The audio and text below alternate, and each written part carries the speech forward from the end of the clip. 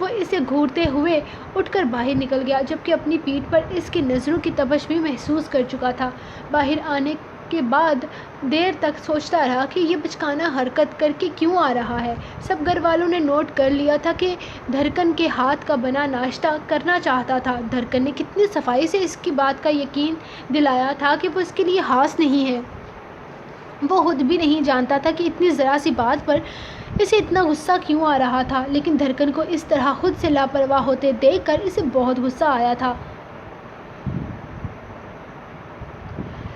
مقدم صاحب، اتنا سارا سامان، آپ تو بس 15 دنوں کے لیے جا رہے تھے نا، اور آپ نے شہر والا بنگلہ کیوں کھلوانے کے لیے کہا ہے؟ ملازم بتا رہے تھے کہ آپ وہاں شفٹ ہونے کی بات کر رہے ہیں۔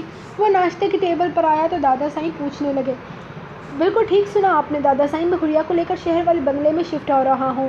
اس نے میز پر موجود سب کے سروں پر دھماکہ کیا تھا۔ وجہ جان سکتے ہیں ہم؟ دادا صاحب کو غصہ تو بہت آیا، لیکن اس کے معاملے میں وہ ہمیشہ ٹھنڈے دماغ سے سوچتے تھے۔ اس کی ضد کے آگے ان کا غصہ اور طاقت ہمیشہ دب کر رہ جاتے۔ قدم جتنا سنجیدہ مزاج تھا، مقدم کا مزاج اتنا ہی ضدی تھا۔ ضد اس کی ذات کا حصہ تھی، اسی لیے وہ اس پر غصہ کر کے اسے کسی قسم کی ضد نہیں دلوانا چاہتے تھے۔ وجہ بہت معمولی سی ہے دادا صاحب کہ یہاں میری بیوی کو میری بیوی ہونے کی اہمیت نہیں مل رہی۔ آپ لوگوں نے حریہ کو اب بھی صرف ملک کی بیٹی سمجھا ہوا ہے، نہ کہ مقدم شاہ کی بیوی۔